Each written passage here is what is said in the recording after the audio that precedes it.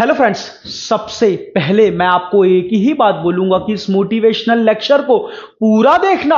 अरे कसम से, अगर कुछ हटकर, अगर कुछ नया नहीं मिला तो मैं खुद पूरे सम्मान के साथ बोल रहा हूं कि फिर कभी चैनल पर मत आना। जिंदगी का असली आनंद सिर्फ और सिर्फ कर्म में ही है। खुश रहने के लिए कर्म को छोड़कर कोई दूसरा रास्ता है ही नहीं।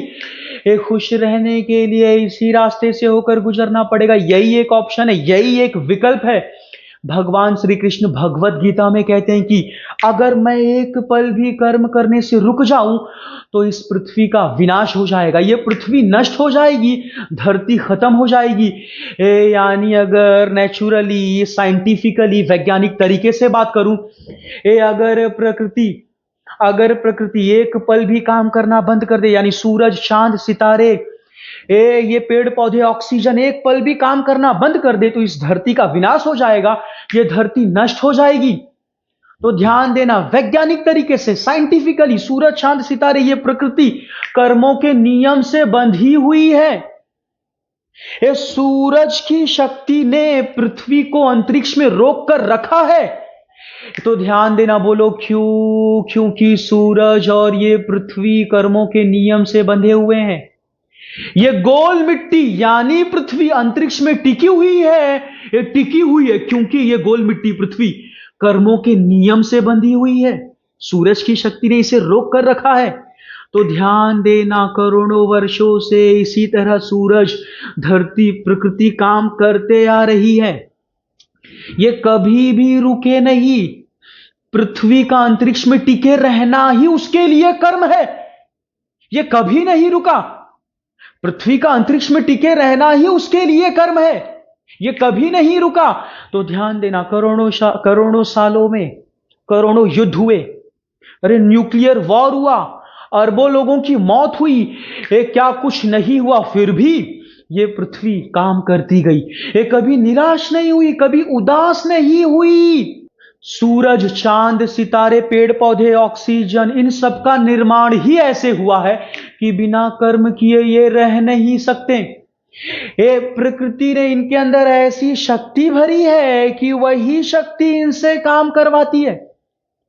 ये इनका निर्माण, इनका क्रिएशन ही वैज्ञानिक तरीके से ऐसे हुआ है कि कोई भी अपने कर्मों से भाग नहीं सकता। ठीक इसी तरह प्रकृति ने मनुष्य का निर्माण किया है, मानव का निर्माण किया है कि मानव भी बिना कर्म किए नहीं रह सकता।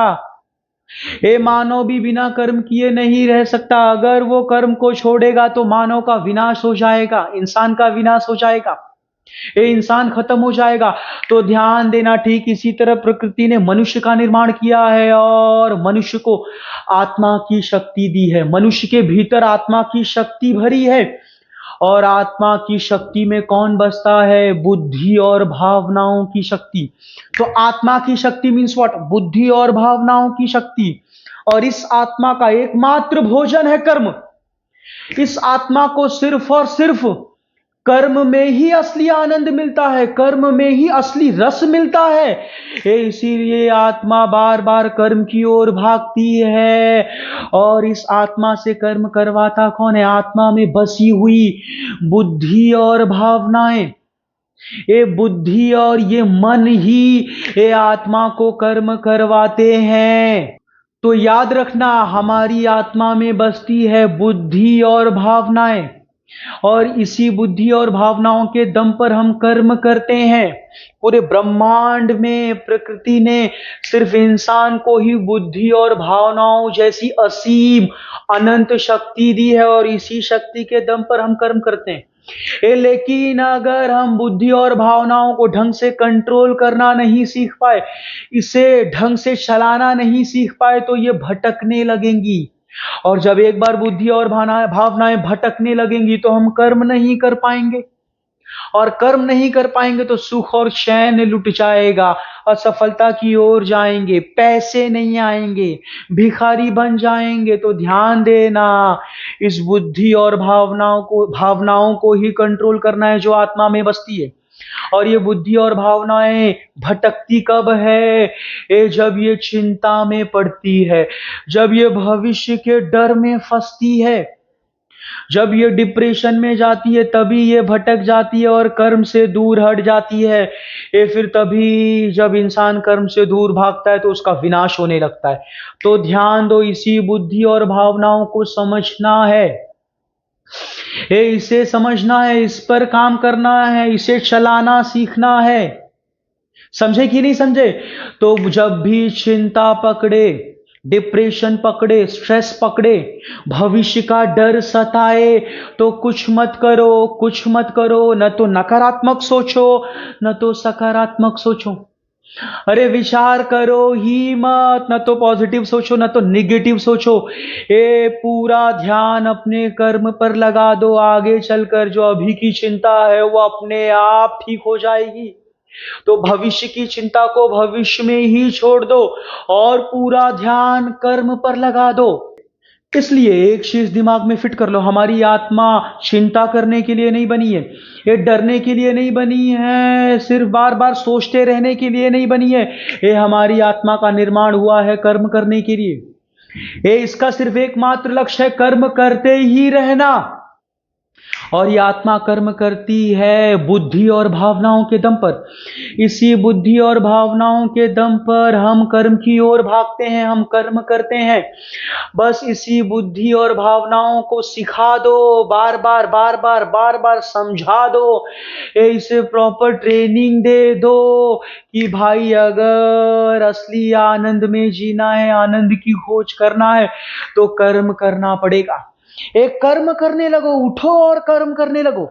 ये असफल हो गए हो, दुनिया मजाक उड़ा रही है तो ज्यादा भावनाओं में मत आओ, ज्यादा इमोशनल मत हो, ये ज्यादा भावनाओं में मत आओ, ज्यादा बुद्धि मत लगाओ। बुद्धि को समझाओ, भावनाओं को समझाओ, इसे कंट्रोल करो, नियंत्रण में रखो और कर्म पर लग जाओ। तो ध्यान देना, लोग आपके मजाक उड़ा रहे हैं, लोग आपका मजाक उड़ा रहे हैं, आपको हर्ट कर रहे हैं, ये आप अकेले हो गए हो, कोई नहीं है आपके साथ में। तो भावनाओं और बुद्धि को कंट्रोल करो, इसे समझो, इसे मैनेज करो और कर्म पर लग जाओ।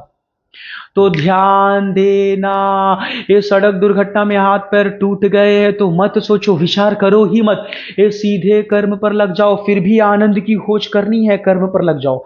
ये बीमारी हो गई है, फिर भी आनंद की खोज करनी है, जो कुछ भी है उसे स्वीकार करो और कर्म पर लग जाओ।